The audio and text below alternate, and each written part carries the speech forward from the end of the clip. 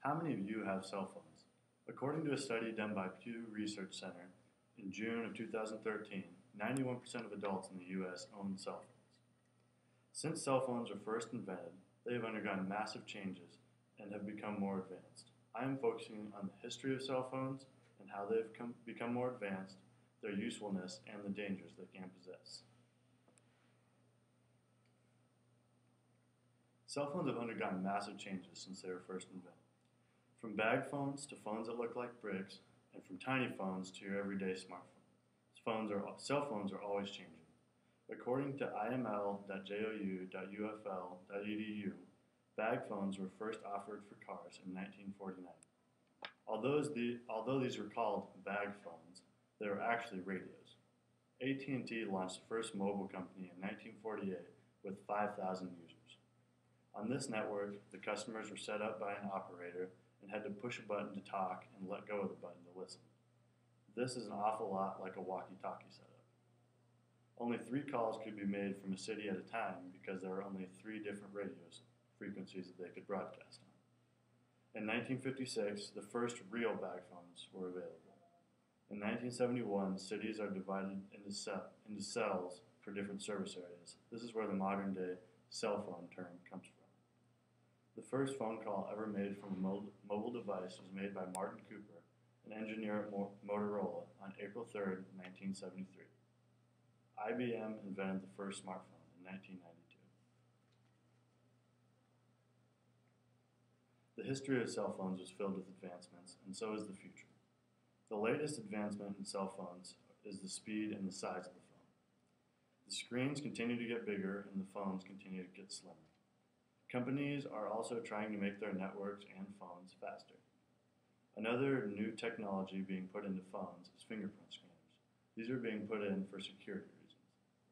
The next big thing could be being able to buy and pay for everything with your cell phone.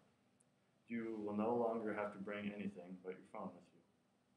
They already have mobile banking and the ability to swipe credit cards on your phone, but this would take it to another level. The possibilities are limitless, and the advancements yet to come could never be known.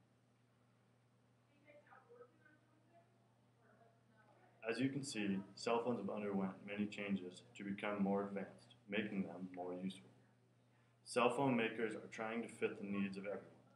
Did you know, like I said earlier, that Pew Research Center did a study, and 91% of adults own cell phones in the U.S., and 56% of those adults own smartphones.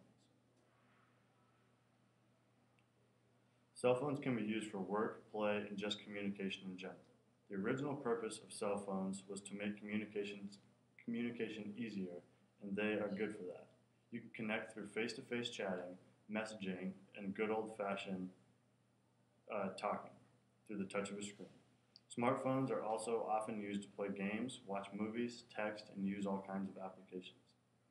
With the busy world that we live in today, cell phones seem to be a no-brainer for many people.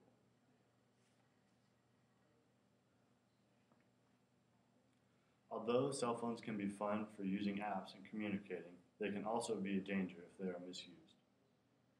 The National Safety Council reports in 2013 that 23%, or 1.3 million car accidents, were caused by the use of cell phones in a car.